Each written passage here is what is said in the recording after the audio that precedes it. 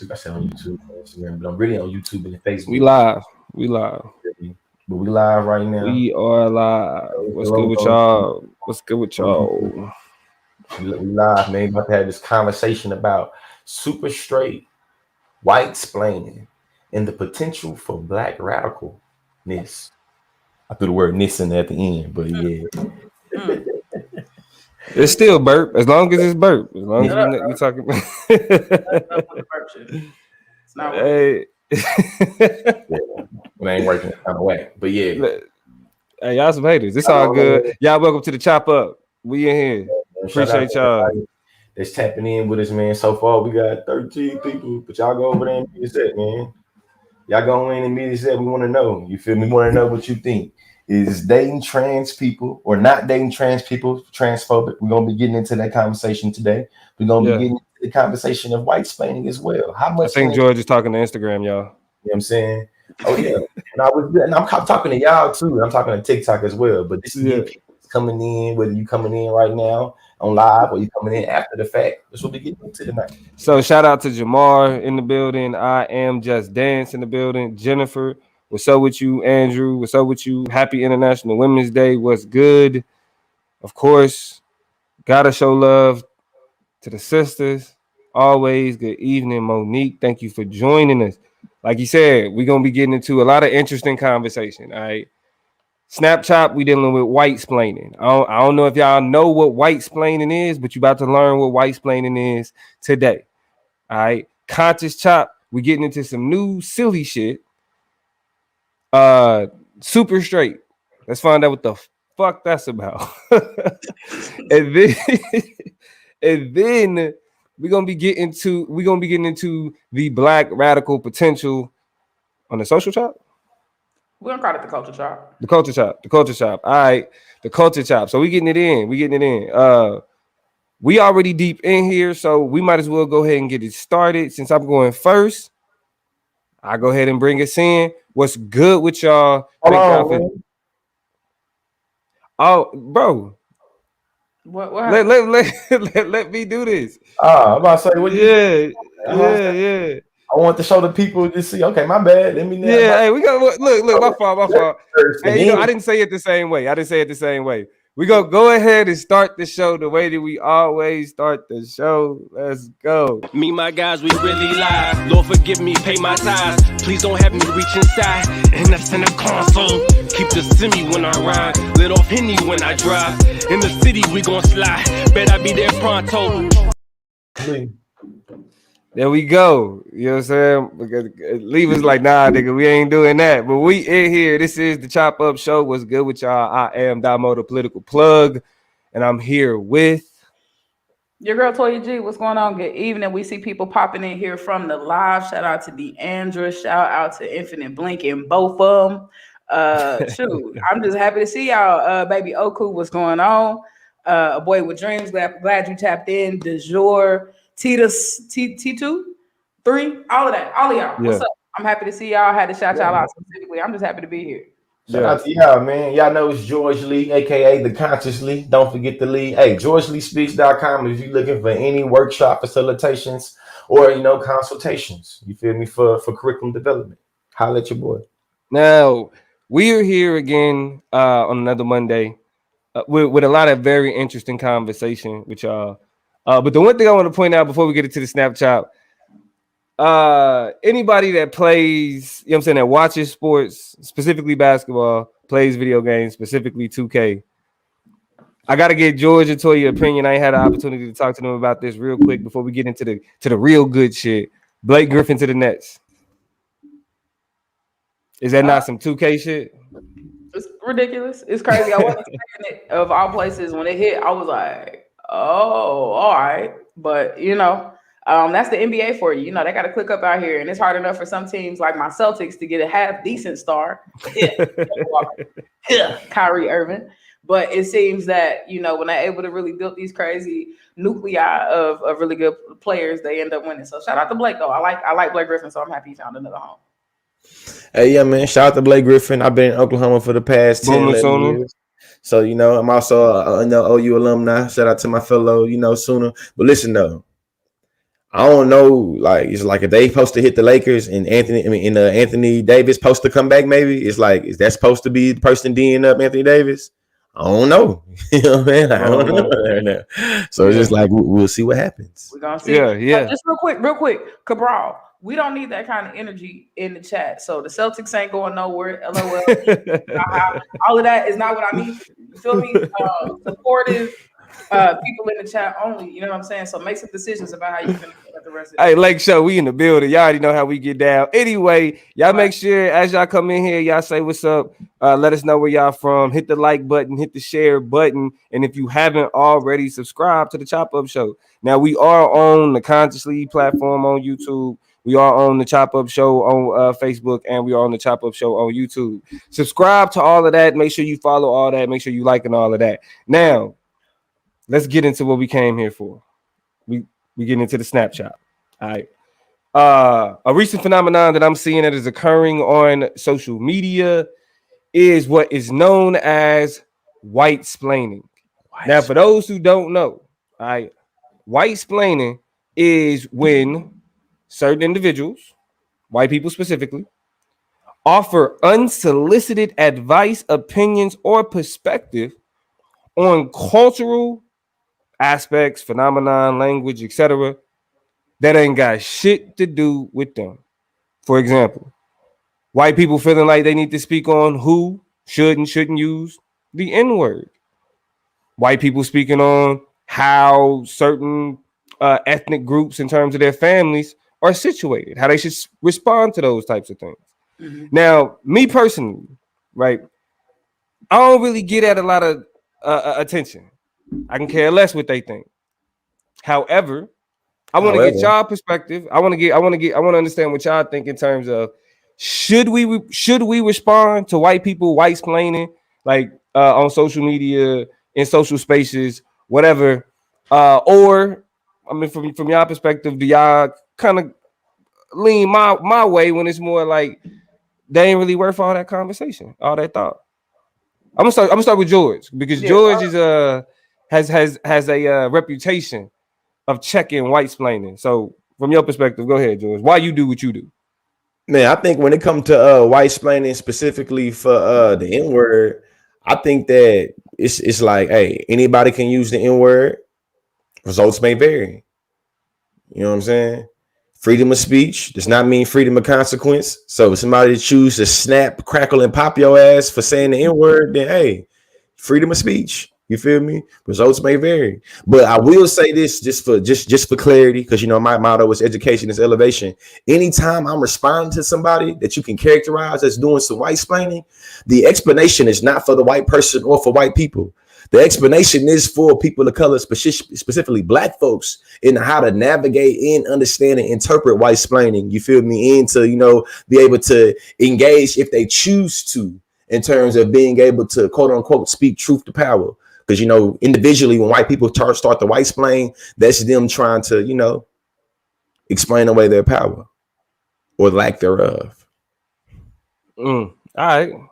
Now, before we get to Toya, though, real quick, when it comes to you responding to it, though, you know what I mean? What is the focus of those efforts? Are you responding to the white folk as a way to actually converse with the white splainer? Or is there another reason why you interacting with the white splaining? To me, the interaction for the white splaining is to make it where black folks feel liberated when they have to deal with that shit. And me being as a Southerner from Bryan, Texas, I used to know what it means to feel like you being disarmed. And I think that a lot of the white splaining is usually deployed in order to be able to disarm oppressed peoples, especially when they come to talking about racism and white supremacy.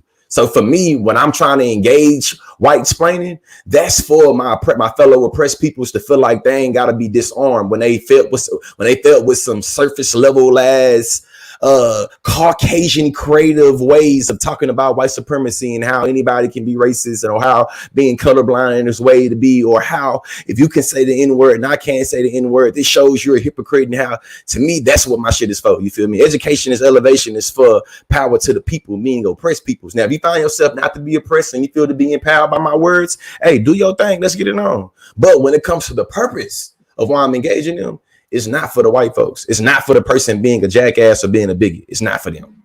Shout out to the people. Yeah, I mean, shit, giving tools to the people. That's education is elevation. One of the few niggas I know with a real life catchphrase. Toy. Nah, but that's why I say real life, because like shit, that's really what that shit means. Like if you could watch a consciously video and be like, I feel equipped to now respond to this white person trying to explain away something that I know ain't right. That, you know what I'm saying? That's powerful. You feel me? So shout out to them. Toya, from your perspective, not even outside of social media, you are educated, right? And you educate college students. So you deal with, in a lot of ways, grown people. When you deal with white splaining as a professor, because we know that white splaining has no boundaries. Even in an instance where you are a white student and your teacher in this instance, in this educational hierarchy, the person above you, we know that white splainers will use their whiteness as a way to position themselves above the person they're supposed to be learning from. That's very as true. a way to explain something to them. How do you deal with that phenomenon as an educator? Okay, couple things. First of all, I want to shout out the comments because they going crazy, repping where they from. We definitely got love for all of that. We're gonna make sure to ask next time, because breaking news, statistically, I think we are being shown in about 40 plus of the 50 states. We are being listened to, rather. We're getting listens from 40 of the 50, or so of the 50 states, and 90% of our listens, only 90% come from the United States. About 10% of our listens don't even come from the USA. So it's real wild out here right now. So hey, shout out to Ireland, man. Shout out to Ireland. Hell yeah. Shout out to Nigeria. Ireland going crazy. Nigeria going crazy. Canada's always in the building. Mexico is always in the building. So England. Shout out to the UK too. You feel me? With y'all so what's anti-black colorist ass. So we'll get on them another time, because I definitely thought about getting on their ass today. But I want to agree. Actually, I don't want to agree. I'm answering the question about the classroom. Now, here's the thing about these white students in these classrooms. I'm a special case, right? Because I teach argumentation classes. I'm the director of debate, so I run our competitive debate team, but I also teach argumentation to the common student, right? And I also teach persuasion classes to the common student. So before you come at me, you've had to negotiate just how right you really are. Right? You got to really think about it, because we're going to talk about it. And so I think that has created a little bit of reluctance, but then there's also been some daring students. I remember last semester specifically, y'all, I had like 5, 6 of my white students, white boys, and they end up being some of the sweetest kids I've had so far in my teaching career. But they all turned on their camera that first day of class, and you know what was behind them? Guess what was behind them? Trump flags, Confederate flags. Trump flags, Confederate flags, and American flags. The trio, the big three, right. Ain't it crazy how them three always go together too, huh? I say, ooh, wee. And y'all trying to scare It's actually a quartet. It's actually a quartet. Hold on, it's actually a quartet. The other flag is just more low key. Don't tread on me. Nah, the Nazi flag, nigga. The Nazi flag, nigga. The swastika, nigga. I say that to say, when you hit me on the camera with that, and you had made a decision to make sure your camera was turned a certain way, it's a lot of angles you could have chosen in your room. I know what it's about. And so, I was in that position where I was like, okay, I already know the direction we're going in. And my approach to those people are twofold. If you want to razzle, if you want to tussle with me and get in some type of argue with me, if you want to start white splaining to me something, one of two things is going to happen to you. Either I'm about to cross-sex your ass to death. What does it mean to cross-sex somebody? I'm finna take everything you said and say, so you said this, and that. And I'm going to make you responsible and accountable for every single small part, justifying, explaining, legitimizing everything you said in front of everybody. So be ready for that. Because if you want to talk about it, then we're going to talk about it. But I'm going to ask some questions. I'm not going to say. I don't have to say anything to you. I just get to simply kind of embarrass you by asking you questions about your logic. That's if I have the time. If not, I'm going to make statements. I don't have time for the back and forth. I'm going to be very declarative about it. And if you want to proceed from there, then I'll interpret it as combative. You'll be seen as a disruption to my course, and you'll be excused for the day or beyond. But again, I'm an arguer. So I'm gonna give you some time and some space to be a debate coach. To make your case.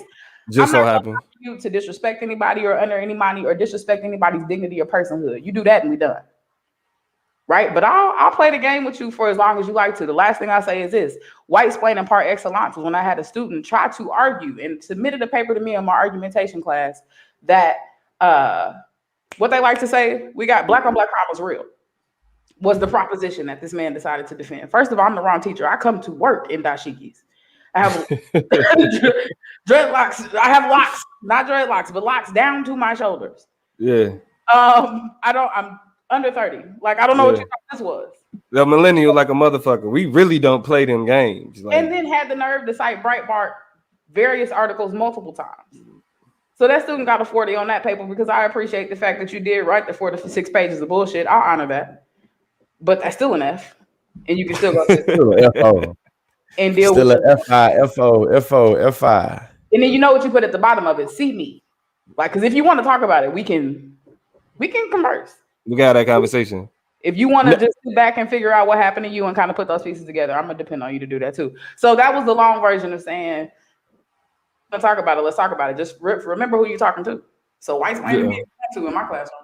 Yeah. White now, splaining. Now, in terms of social media, though, do you feel like it's something worth a response? Like for example, you scrolling through TikTok, and you see, well, my perspective on the N-word, you know what I mean? Do you hit like stitch like a motherfucker, or do you just like next? Awesome Blue, and I think Yolanda said something similar, which is a lot of that shit be for clout and to be for a specific audience and for views. And I agree, right? So we got to remember, we got audiences, we got stuff we like to watch, we got stuff we stay tapped into, we get views, we give views, and they do the same thing. That's how social media stays alive and stays afloat. So you can't chase every rabbit. You can't, jump on everything just because you see some dumb stuff, because it's an audience for everything. You know what I'm saying? So that's a part of navigating social media. When and if you do decide to engage, that's on you. But I will say this, and I quote John Henry Clark all the time. I only debate my equals, all others I teach. So if I engage you, we're not going back and forth probably. I'm not that person. George got the patience to less debate. You got the patience to less debate. I'm not debating you. I'm gonna say what I got. I'm somewhere in the middle. I'm gonna sit there. You're somewhere in the middle. But I'm gonna sit here. I'm gonna say what I got to say and let you hold that. And I'm gonna go about my business because I ain't got time for the back and forth. But it depends. And like Andrew said, protect your energy. You know what I'm saying? You got to pick and choose. Which means unless you George Lee and your bandwidth is just so strong that if you sniff somebody coming left, coming wild, talking out their neck, you on it. You can't do it. But you figure out what you can, get into. So that's on that. Now George is getting some other people riled up on another live, but we are gonna go ahead and slide into that conscious chop. So to get into this super straight conversation, let's get it, Lee. Yeah, man. So this is the conscious chop today. Erupted ironically during International Women's Day. The day's been hijacked to talk about either A, Meghan Markle, or B, the super straight movement. Some of you may be asking, what in the hell is the super straight movement? Well, like everything else that's been happening on social media, it was a movement that began taking over on TikTok, and its followers have come out with a flag. Ironically, it's the same colors of the Grindr logo, orange and black. Here's everything you need to know about this latest trend. TikTok has become a breeding ground for all these trends. We all know this right here, right? But a few days ago, this latest trend, the super straight movement, added this addition, is defined as a new sexuality. That means that you are only attracted to cisgender women or men, meaning that you are super straight. You feel me? Before I go into more context, you feel me? The reason why, just giving more background on this, the reason why they started this new sexuality of being super straight is because they got tired of being called transphobic. So the $1 million question that everybody wants to know, that everybody's going to be discussing, that everybody's been discussing, is not dating trans people transphobic. I'm curious, comment section, what do y'all think? Toya, political plug, what do y'all think? It's as simple as this. Yes. The reason why I say yes, and this is just really shit niggas really got to deal with, is how we understand and view trans people, right? If it's a woman and you standing there and you looking at a woman, it don't matter whatever she was before you met her. At this moment, you looking at and you attracted to a woman. If you are like hyper obsessed over the fact that she was or could have been something else at a different time, that's transphobic. It's that simple. Because if you're a man that's attracted to a woman, all you should be worried about is the fact that you're attracted to a woman. Anything else, you add an extra politics and extra layers to what should really be a very simple, basic, okay, I'm a man that like women. I'm looking at a woman. It should really be that simple. To piggyback, yes, I agree that it is. And the reason why is that the math don't start mathing for it not to be transphobic. Right? If you are attracted to a type of people and that type of people is that type of people and they have presented and identified as that type of people and you like, you are people that's the same as these type of people I like, but because of this thing, like it, then it's a phobic orientation. It is a discriminatory orientation. It's the obsession with the genitals for me as opposed to the person. Right, which is really who's going to be able to build around your relationship. I think instead of you navigating preference, which is really weird, and I think that's what I'm trying to get at. How do you prefer a person over like if you like women, you like women. That's a woman. Now, I think you have all the freedom in the world to navigate your attraction. You might not be attracted to a particular woman the same way you wouldn't be a cisgender woman. But if you predicate your whole notion of desirability off of transness, that's a really big group and scoop that you have to kind of reconcile because those are women, just like any other type of women. Just the individual on it, because what if you didn't know? Right? There's a question of passing and not passing. So if a person passes by your litmus test and you were attracted to them and found out after the fact that they were a trans person, then why it becomes phobic when that undermines the original attraction, because you were attracted to that woman before you found out that woman was that woman, right? I don't want to be, I'm trying to be direct about it, but you can't invalidate an attraction. And this is where, passing and not passing is a whole different conversation, right? That we can get into. But when we are specifically talking about who people are attracted to, yes, if you are not willing to date a trans person, then there are some layers and some embedded transphobic interpretations of gender and sexuality that you need to work through. I mean, and to be to the people like Harold and DeJour, though, to people like Harold and DeJour saying, so screw DNA, trans women or cis women are not the same. A few months ago, we was having deep heated debates about trans disclosure. And I don't think y'all recognize, ironically, in terms of disclosure, what y'all was disclosing when y'all was having this conversation. Y'all say that being super straight or having a preference says that you only want to be with people that are cisgender. But you have all this energy investing into saying trans women have to disclose to you they're trans. This also, you feel me, discloses or acknowledges that you have an attraction to trans women insofar that you don't know they're trans. So when you ask the question, will you date a trans woman? You feel me? Or when you date a trans person, I think that I went to therapy today, right? And my therapist told me some shit like, Lee, sometimes you look at shit very one-dimensional. You feel me? It's either all or nothing. And a lot of people, when it comes to this conversation of dating trans people, transphobic or not, it's very one-dimensional, all or nothing. And that usually comes from on top of the people that are straight and cisgender that says, well, in order for me to sidestep being called transphobic, I'm going to create a whole new identity called super straight. And how dare you try to call me something for having a preference? And it's just like, you think you're being intellectually clever, but you're being intellectually lazy because you don't want to grapple with the idea of talking about trans identities. And that's what I'm peeping in the comments. I'm peeping in the comments and everybody's like, it's overly, doesn't it seem a little overly complicated? I might not be as eloquent and as articulating and justifying my position, which comes from the perspective of somebody who's not been engaged. I mean, like, I have made my decision, right? But in terms of having the language, I don't deny that I could grow in that regard. Everybody can. But I think everything that comes easy ain't always good. We know that in a bunch of other areas of our lives. So why not be able to apply that to the way that we engage and interpret people, love, relationships, the capacity therein. So it's worth unpacking. And if it's not for you, cool. But the problem becomes when you create whole sexualities to spite, in spite, and despite the work that people have done to be recognized as worthy, as equal, and as recognizable on the spectrum of sexuality and gender, right? That's when it becomes kind of weird, and that shit is violent. Because this is where, because the word specifically to use in this instance when we talk about super straight is gratuitous, right? Because ultimately, when we talk about like the purpose behind it, like why it's a thing, it's really to enforce a more like restrictive, disrespectful, you know what I mean, antagonistic paradigm to try to create to try to create a standard to justify.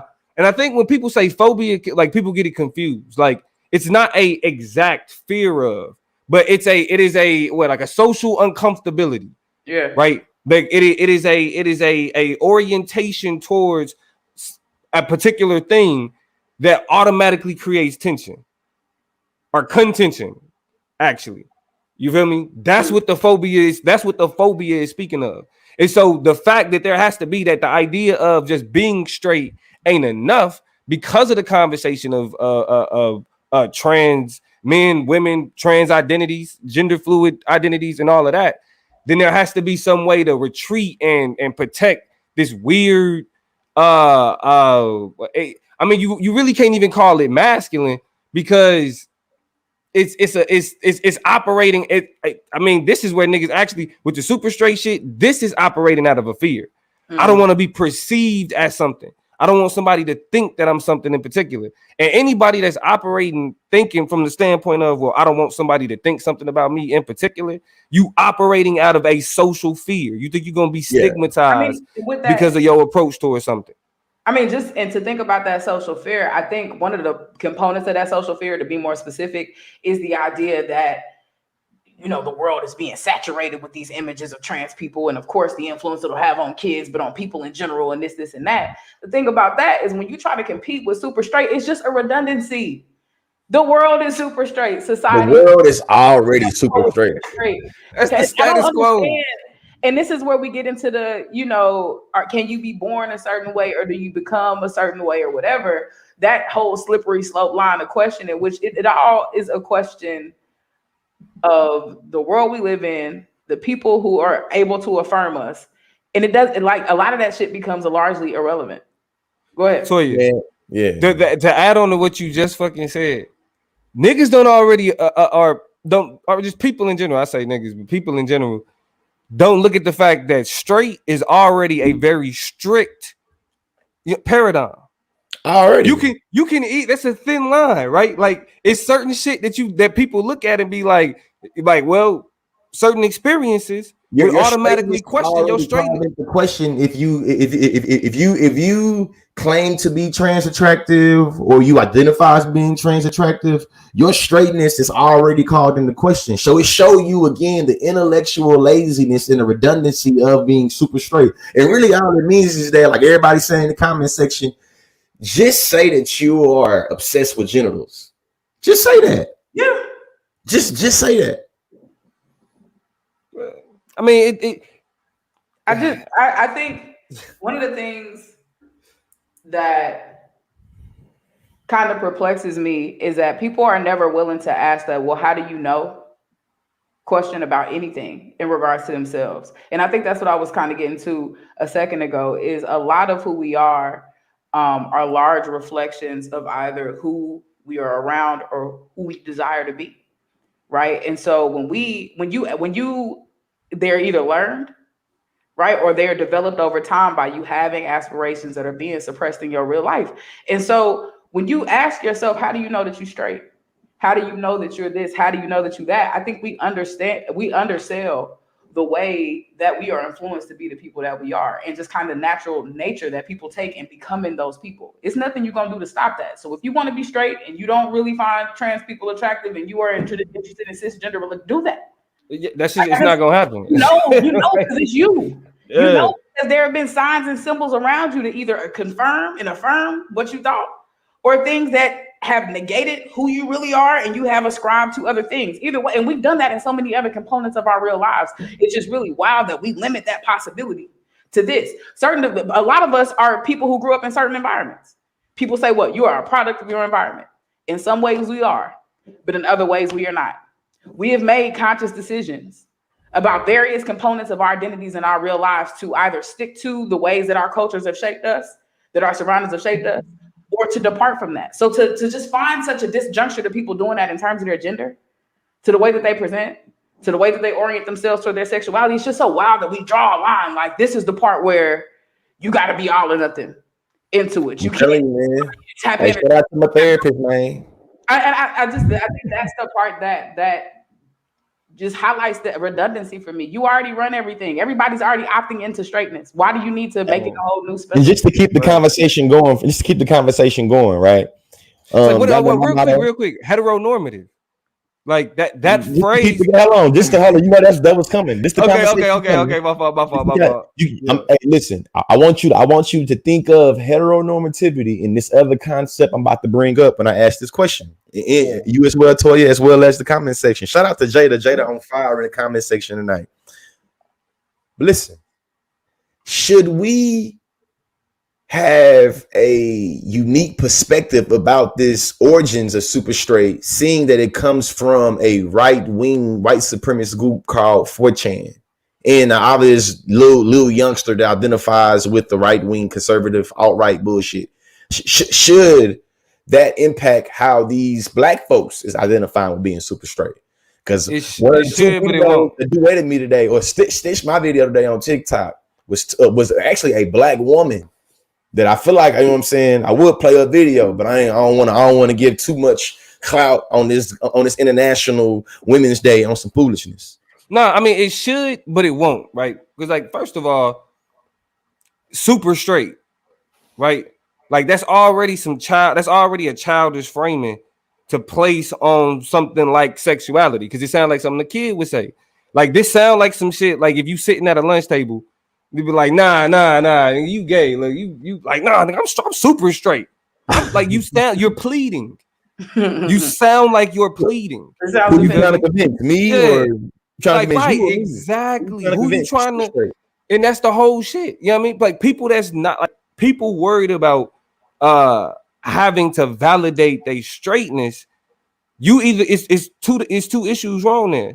First of all, you worried about too much of what other people think about what you doing and what other people ain't supposed to know about. Mm-hmm. And second, you invested in it. It has become a part of your politics. That's what's ridiculous about the whole shit.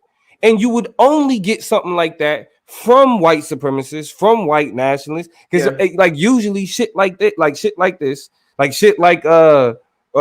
Democrats like George Soros is running the world. It's all of that real basic type shit, to where if you look at it from any type of logical standpoint, it's like it's extra. Like, nobody would really take it serious. And it's coming from people who feel drowned out because they feel like other people is yelling louder than them. And that's a defensive mechanism. You look weak. You look like something's actually being threatened. And we all know it's not. We all know that queer people are pretty much, for the most part, making a whole lot of noise and making a whole lot of space for themselves because they get zero, because they don't get none. So if you are not appreciative of the tactic, maybe figure out why the hell they chose that one. You know what I'm saying? Like, your response doesn't have to be rah, super straight because you feel like queerness is in your face a whole lot. Stop and ask yourself why motherfuckers feel like they got to make so much noise about it.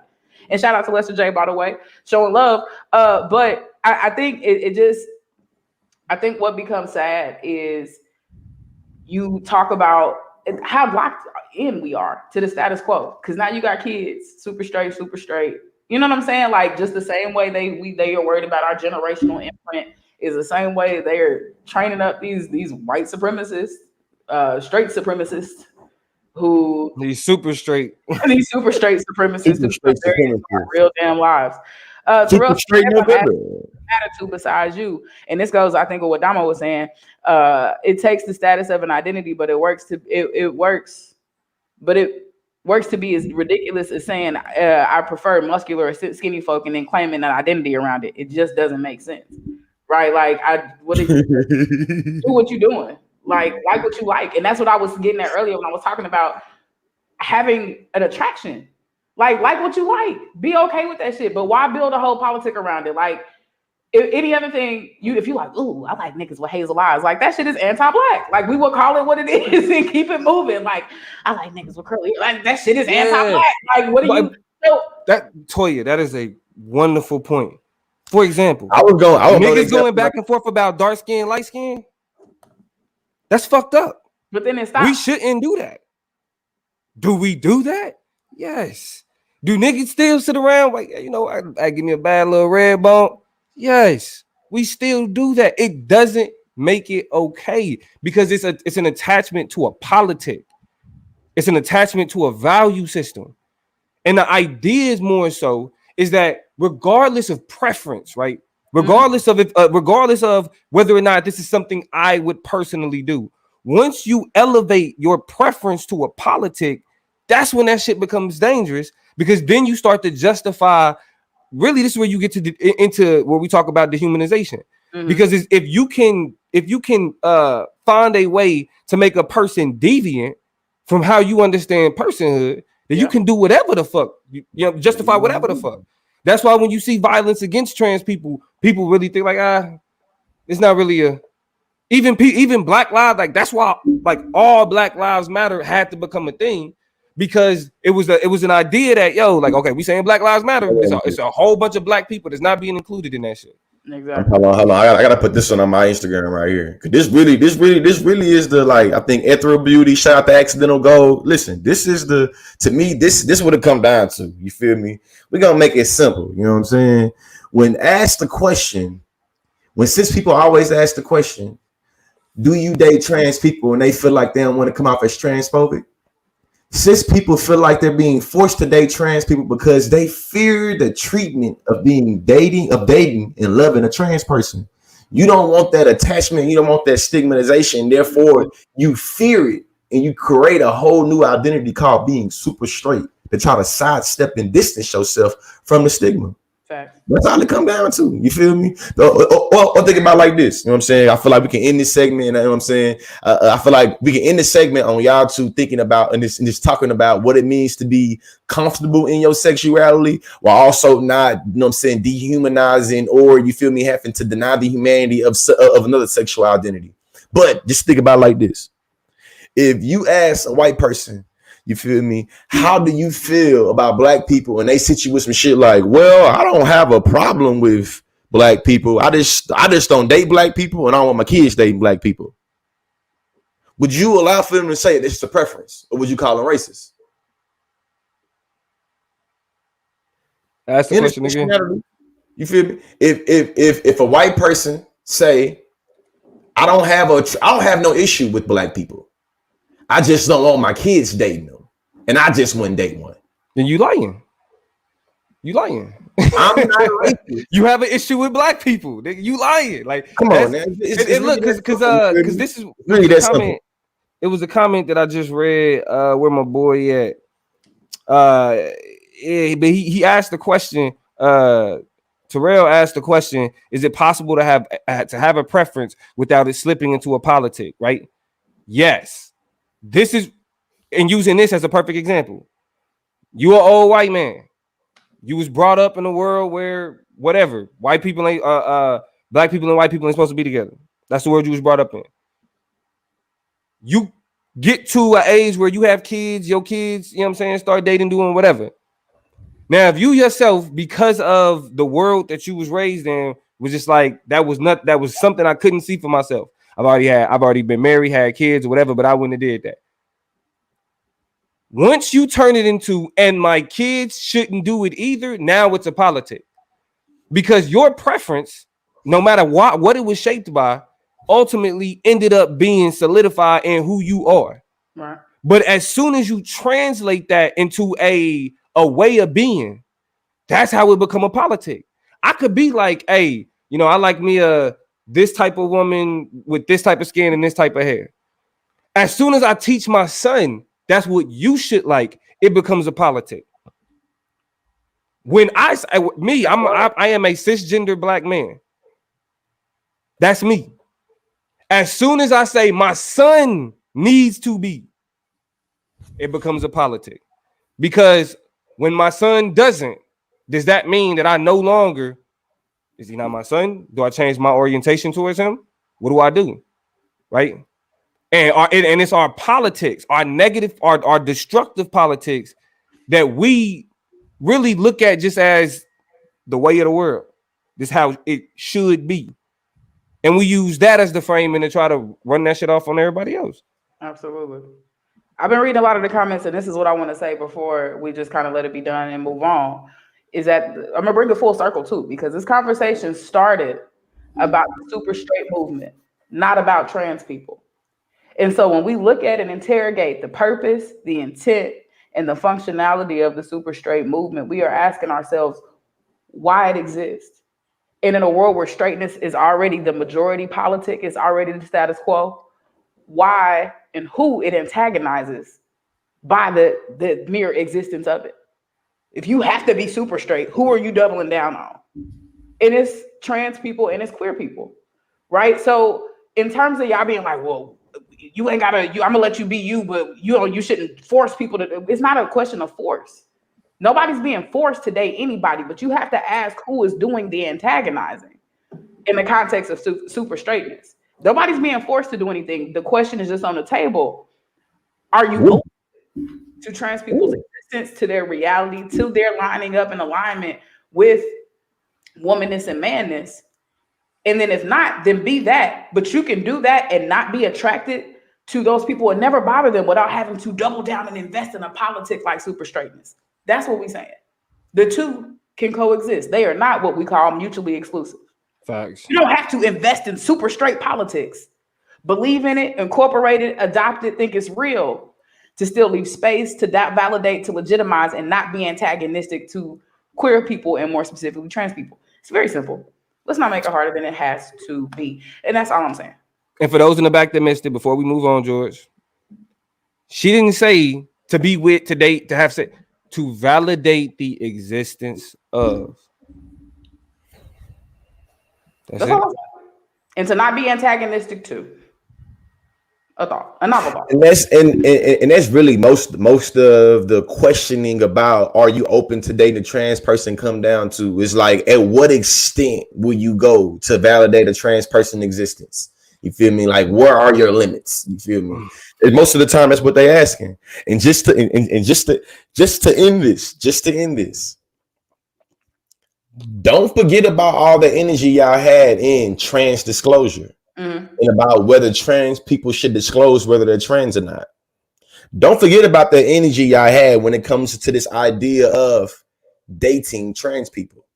You feel me? Now, will I make the distinction in terms of, are there a lot of people that are attracted to certain people that won't date certain people? Yes, I will. You feel me? Yes, I will make the distinction. However, I will say across the board, when people are able to make that distinction, it's usually tied in to some type of stigma, oppression, discrimination. You feel me? You're attracted to this type of body person, but you wouldn't date them. You feel attracted to this type of person, but you wouldn't date them. It's just like, that's usually what it's tied to. You're ashamed and embarrassed of being attached to that attraction, and therefore you want to distance yourself from that attraction.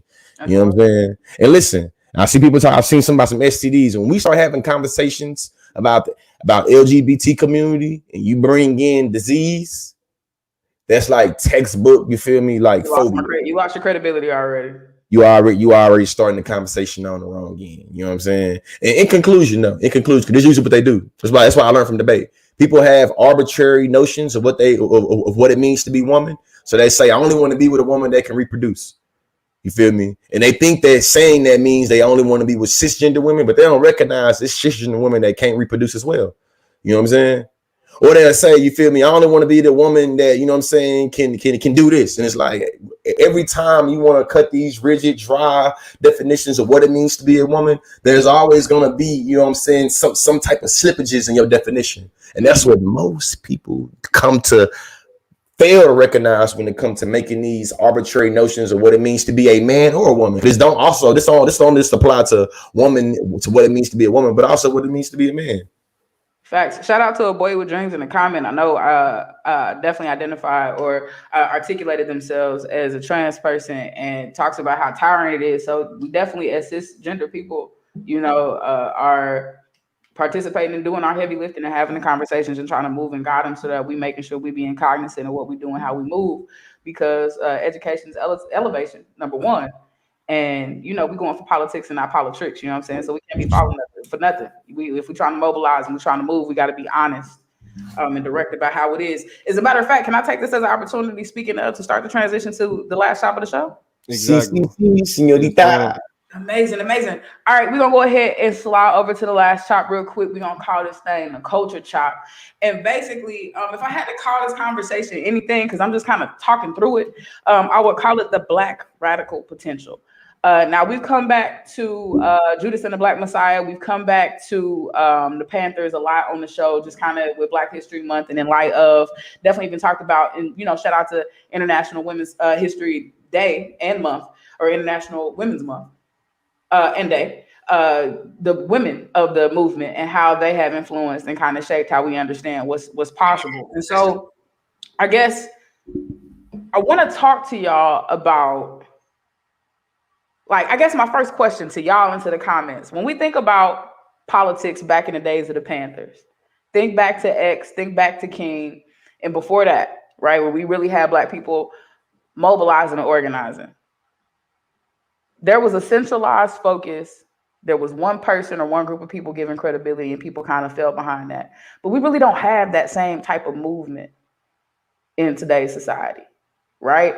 I don't know if y'all know who D. Ray McKisson is, kind of like a Black guy. He was real popular over on the East Coast, I think up in Baltimore and stuff like that and beyond.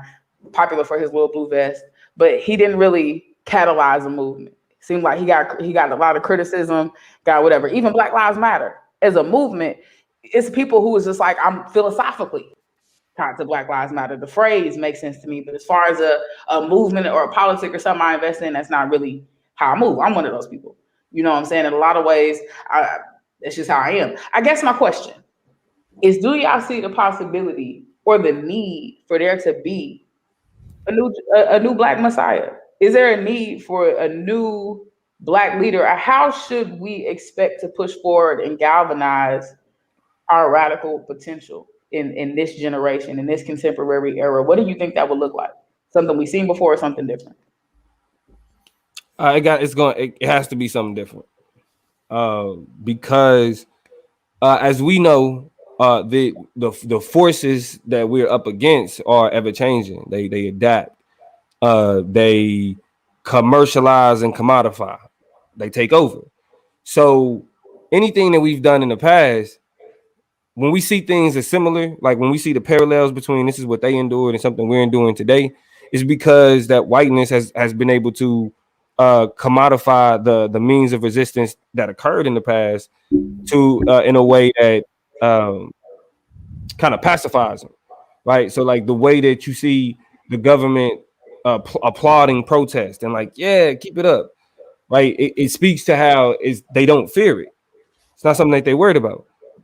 Like, for example, when you think back when Dr. King and them was protesting, a large part of passing the Civil Rights Act in 1964 by with Lyndon B. Johnson was the fact that they didn't want to have to deal with another Algeria.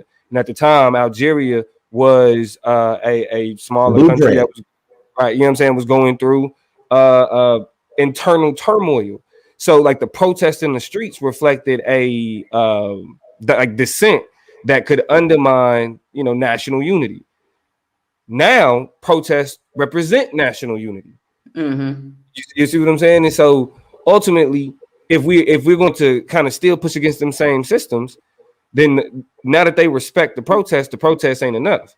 Is the protest still necessary? Yes. There was a report that came out in January that highlighted specifically that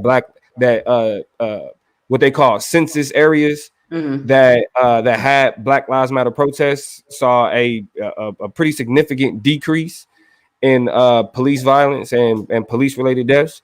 So we can say that Black Lives Matter movement has created some type of material, real life benefit, studies show. But outside of that, there has to be another level that we take it to, in order to have the type of consciousness shift that was caused by something like Dr. King, something like Malcolm X, something like the Panthers. Because what we've seen in the past had already been commodified. They already made movies about it. Yeah. I would say that we don't need an individual leader, but we need collective leadership. And I think the reason why Damo kind of tapped in, just the historical reference of the Battle of Algiers and what happened over there in Algeria, you know what I'm saying? It's just like when you don't have a identifiable head, it's hard to kill it off. It's hard to cut it off. It's hard to buy it off. You feel me? Having that type of, decentralized leadership. Yeah, decentralized leadership, having that type of I can't remember where I'm looking for. We used to talk about it in debate all the time. Opaqueness. You feel me? Having that opacity. Having opacity. I think is, you know what I'm saying, it's worthwhile. And I think when it comes to white supremacy, there is no single leader of white supremacy. There is a collective leadership. You feel me? So I think that when you think about other entities, you know what I'm saying, that's what's going on. And the last thing I would say is that when it comes to looking for a new Messiah, the issue is that the Messiah can be crucified. You feel me? And what we know about the power of kind of Christianity is that we were able to institutionalize a crucifixion. You feel me? The crucifixion of Jesus is able to be institutionalized and systemized. You know what I'm saying? When it comes to Fred Hampton or Bobby Fred Hampton or Huey P. Newton, there's not a way to institutionalize their crucifixion and being a Messiah. You feel me? Like the FBI was able to identify Malcolm X as being a Messiah, but there's no way to institutionalize his crucifixion. So it's literally just a null and void. Now, do I believe Fred Hampton when he say you can kill the revolutionary, but you can't really kill a revolutionary? You can't kill a revolutionary. That's true. You feel me? But I still think when it comes to development and organization, that having that Messiah and being crucified without it being able to be institutionalized is going to be hard to kind of sustain that fire. You feel me? So that's why I feel like you need a collective leadership and not an individual leader. Individual leaders like D-Ray, they can be bought, they can be sold, they can be killed, they can be bought.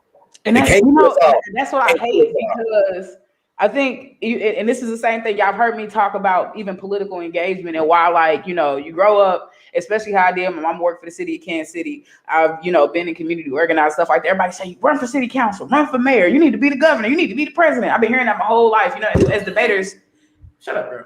As debaters, we hear it all the time. And so one of the biggest criticisms I have is the higher up I see you, the more I start to question what you had to give up or what you had to do or how you had to get there. It makes my nerves bad to think about that. And so, like you said, in terms of people being able to be bought, how things become negotiable. You know what I'm saying? Like, that's been some of my biggest fear. But I want to tap on to something you said, Lee. Oh, shoot. It caught my eye. What's up, Johannes? You from Kansas City? I'm from Kansas City. What's going on? We in here. Kansas City in the building. But one of the things that I want to ask about, Lee, is you use the term crucifixion. And I think that's a great kind of move to my next part of the conversation I wanted to get into, because you talked about crucifixion by the hand of the law. But what we start to see is that a lot of our older movements, and even some of the movements we have now, and I'm going to connect it to No Name specifically in a second, but a lot of the radical movements we've had and have suffered from crucifixion internally. And what I mean by that is we celebrate Fred Hampton now. We celebrate Martin Luther King and Malcolm X now. But I guarantee you there was a whole lot of reluctance by some niggas back in the day that was like, them niggas they doing too much. They too loud. They always they want to. They ain't never gonna get that. They wasting their time. This and that. I don't believe in their politics. Black folk got a nerve to be real conservative at interesting times that I don't really expect. And so, can we get another historical fact in here real quick? Go for it. In Dr. King's letter from Birmingham jail, a part of his appeal was on behalf of his contemporaries within the civil rights movement, because even amongst the civil rights leaders, Dr. King was seen as the radical. Mm-hmm. They said that he was in modern terms, those leaders were saying, Dr. King, you're doing a bit too much there, brother. Doing a bit too much, getting arrested and doing all this extra stuff. So, like Toya said, we look back on these things with adoration. Romanticize, sanitize. Sanitize. But the contemporaries, go ahead, Toya. Well, no, I guess, and I don't even know how to ask my question about that. It's just like, do you feel like we lose a lot of revolutionary capacity by not riding with niggas in real time? Yeah. Like, and I can't because I can't think of any recent like movements. The recent movements, I feel like I just did shout out to New Mexico Community College. I just did a workshop with them. They thought it was funny as hell. I brought up the Boondocks episode when Granddad was capping in front, acting like he was doing the shit during civil rights movement, and Riley and you know what I'm saying, what the car was able to tell he was lying. I always say it's only two type of people we live in this world: people that are defined by the times, people that define the times. I think that there are a lot of times that we can think about what in the moment that we risk and we don't get into shit, and then they say hindsight 2020. A lot of us will, after the fact, go back and rewrite history and say, well, shit, I was out there rallying and protesting with the Black Lives Matter movement, and you went out there doing the goddamn thing. You know what I'm saying? So I think you was one of them people talking about Black Lives Matter ain't doing nothing for me. Exactly. So I think that, you know what I'm saying, to answer your question, yes. Yeah. Most of the time, people are worried about, because to me, it's just like the Afro pessimist, the paradigmatic flinch. Yeah. Most of us flinch every day because we don't want to give up nothing. You feel me? Because we don't want to risk nothing. You know what I'm saying? But after the fact is over with, we can say about how we did this and how we did this and how we did that. And it's just like, this is the reality. But you know what? A large part of the problem too, and even just outside of like the black-white racial dynamic, if you just think about sociology, it's that herd mentality, right? Like it's like going against the grain is not something that people easily embrace ever. You feel me? Like the shit that's popping. You know what I mean? We're always like, yeah, that that shit hot. It is what it is. It's this, it's that, and the third. But when it wasn't, it's always when it wasn't. Yeah. You feel me? It's when you start to ask the question, because it's crazy. It don't matter how many movies we watch where the hero, the whole reason why we watching the movie, it became the hero because everybody doubted him. Yeah. Or True. Him. You feel me? That's the whole purpose of the story is being told is because everyone around them said no. You feel me? You shouldn't do that. You shouldn't go about that way. But we still in real life look at people that's kind of pushing that envelope. Even if it's not a politic that we 100% agree with, but we attach ourselves to the opposition because the opposition is easier, regardless. You feel me? And so that's where we get to the point where everybody want to be on the right side of history, except when it's happening. True. And I mean, and then we end up regretting it. There was, Political Connect dropped that case he had after they took that L in the Super Bowl. The fact that he called him Political Connect. The political plug. First of all, hold on, let me do this. Talk about this real quick so I can jump back in because Terrell. The Political Connect out here. It's the political plug. First of all, he out there Nike, huh? It's a political plug, first of all. And second of all, the only reason that I don't have it is because it was from a previous season. So once the season passed, you know what I'm saying, I ended up getting a new gear. So that's all that is. But anyway, we go to the other shit. Well, real quick, shout out to know what it is. We got scholar vibes on this thing. Do we lose a lot of radical capacity by not riding with niggas in real time, which is a quote that I said. He said, I might need to quote this at some point. That makes me feel special, Terrell. Thank you. But I actually want to talk specifically about something else Terrell said. Which makes me think as well. A little earlier, he said it's also interesting how folks seem to want to appoint a black messiah, especially folks who are not black. Reminds me about the debates people used to engage about Ta-Nehisi Coates as the next James Baldwin, a visionary thinker or leader, and a bunch of other black people we can probably think of. It's tricky to say the least. And I think that's what becomes difficult. I think we get, we've seen this even in terms of like Killer Mike. In terms of damn T.I. in some regards, like people that they give credibility to and they give the mic to because they want somebody to be the voice of Black America and Black people so bad. They want somebody to be that leader. And we be looking like, who picked this nigga? Who crowned this nigga? Who deputized this nigga to go in and speak on behalf of us? Like, it's so perplexing because, again, I don't think that's what Black people want. I also think it would be very difficult for us to get to the level of a rainbow coalition, or even to, the Panthers had a lot of issues with women in leadership. And when you start to see issues with women in leadership, you start to see issues with queer folk in leadership. And when you start to see issues with that, there's an issue with what we just talked about in terms of trans folk being in positions of leadership and disabled folk being in positions of leadership. And Lord forbid, we're about to talk about money in a second, right? And so all of those things become qualifiers, become litmus tests, become the kind of gatekeeper-esque way that we keep people in and out of being credible enough to lead our missions. I can't think of a movement. It's the same thing we come to with the Black agenda. Like the reason why we don't have one is because who gonna win the battle of what goes first? Well, and that's a part of the problem, right? Is that it needs that hierarchy. It doesn't need the hierarchy. It needs common interest. You feel me? But because because we have to fight for the space that we get. We got to fight for the attention that we get. We fight in every way that we can, and we end up fighting allies. And that's a part of the problem, because even like you got people that represent certain aspects of thought that you fuck with. That's how we get to like those type of leadership. You got people who fuck with James Baldwin. You got people that were drawn to Malcolm X. Mm-hmm. And when you think about that time period, though, you got to understand these people represented like ways of thought and ways of thinking that were far from the norm. That's what drawing people to them. In 2021, you told to think how you want to think, be the person that you want to be, right? Mm-hmm. There is a overall message of, go against the norm. Now, going against the norm becomes difficult when you pretty much end up learning that, well, shit, we're not gonna make it easy for you. We're telling you to go against the norm, but at the same time, we're not going to accept the fact that you've done that. But ultimately, when you have a culture that is supposed to be breeding like free thinkers and people who think outside the box, everybody ends up thinking that what they're doing is outside the box. I mean, when we start especially let's talk about Black leaders. I'm gonna say Candace Owens. You're gonna say Candace Owens don't belong in the conversation of Black leaders. When I say you, I'm talking the crowd.